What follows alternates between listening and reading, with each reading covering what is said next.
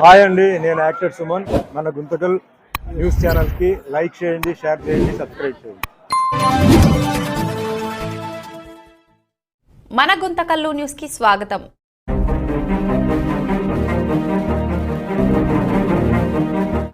ఎవరైతే తప్పు చేస్తారో వాళ్ళని కఠినంగా శిక్షించాలి. ఎందుకంటే అనుమానం ఒక్కసారి వచ్చిన తర్వాత అది అందరి మీద పోతుంది. వాళ్ళు చేసారో లేదో.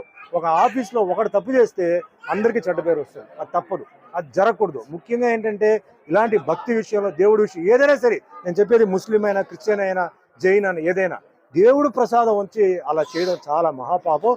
అందులో వెంకటేశ్వర స్వామి పాత్ర నేను చేశాను. తిరుమలకు ఈరోజు ఏంటంటే భారతదేశం ప్రపంచం నుంచి వస్తున్నారు. లడ్డు అంటే అంత ఒక సెంటిమెంట్.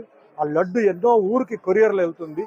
ఆ లడ్డు అంటే ఒక అది అది అంటే తింటేనే ఏదో ఆరోగ్యం బాగాలేకపోతే మాకు ఆ లడ్డు తినేసిన తర్వాత మాకు బాగుంది అంటే అంత సెంటిమెంట్ ఉన్న ఒక లడ్డుని అలా చేసేవాళ్ళని వదలకూడదు.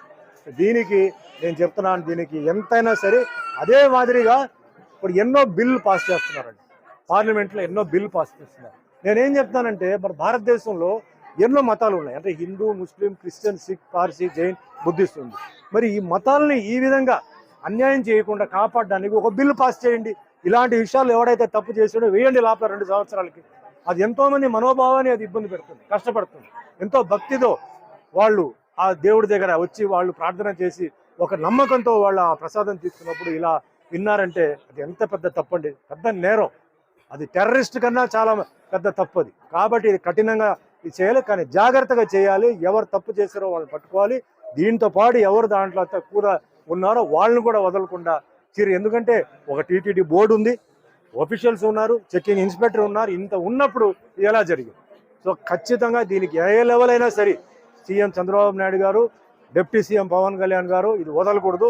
ఇది ముఖ్యంగా హిందువులకి చాలా ఒక అవమానం, హిందూకు చాలా వాళ్ళ మనసుని దెబ్బ కొట్టినట్టు అవుతుంది. కాబట్టి ఇది ఖచ్చితంగా ఫాలో అప్ చేయాలి. దీన్ని వదలకూడదు. ఎవరైతే చేశారో వాళ్ళని కఠినంగా శిక్షించి వాళ్ళని ఏం చేయాలో ఖచ్చితంగా చేయాలి. దానికి నా సపోర్ట్ ఎప్పుడు ఉంటుంది.